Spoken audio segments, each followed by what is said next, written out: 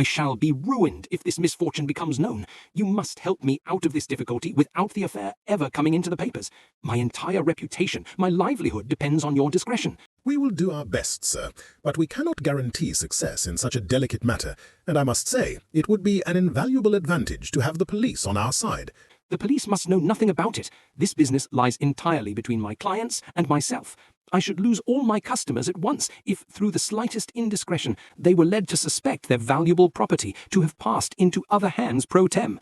It would be catastrophic. Mr. Davison desperately needed his missing goods recovered. He operated a peculiar trade, outwardly appearing as a man of culture and independent means, but secretly he was a large-scale moneylender with several West End establishments. Under aliases, Davison dealt in gold, silver, and costly jewelry. He lent money on valuables and real estate. His lavish parties were a front to gauge the financial positions of his wealthy acquaintances. His wife, equally clever, assisted him. From a private study in his flat, connected by an elaborate telephone system, he directed his vast business, never making a personal appearance at his shops. Do you think Mr. Grinling requires a new set of blinds for his windows? If so, I will send a man to measure them and show you patterns. By all means, you will find him prepared to receive your messenger in an hour. Just an hour later, Adam Henniker was interviewing Mr. Grinling.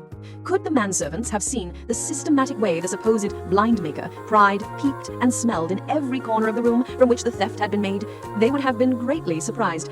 Adam even measured outside sunblinds. My goodness, I wonder what'll happen next. Last week the sweeps and new furniture, and this week new blinds. We're coming out, ain't we? I found certain marks on the windowsill, spout, and the flooring of the looted room, which my magnifying glass and sense of smell assured me were produced by soot. I saw evidences of blood on the ground and marks on the wall in the area outside. The man must have tied the bag of jewelry on his back, slipped coming down the spout, and injured himself severely. I went to the sweep's house and was told he was laid up with a broken leg. Now, it's your turn. The next morning, I presented myself at the sweep's house in the garb of a charity nurse, offering to care for him. The sweep's wife was very glad of my services, for though his leg wasn't broken, he had sustained many injuries.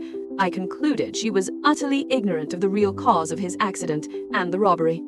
I discovered a small key clutched in the delirious man's hand. It opened a box at the foot of his bed. Inside was a black leather bag. Got it.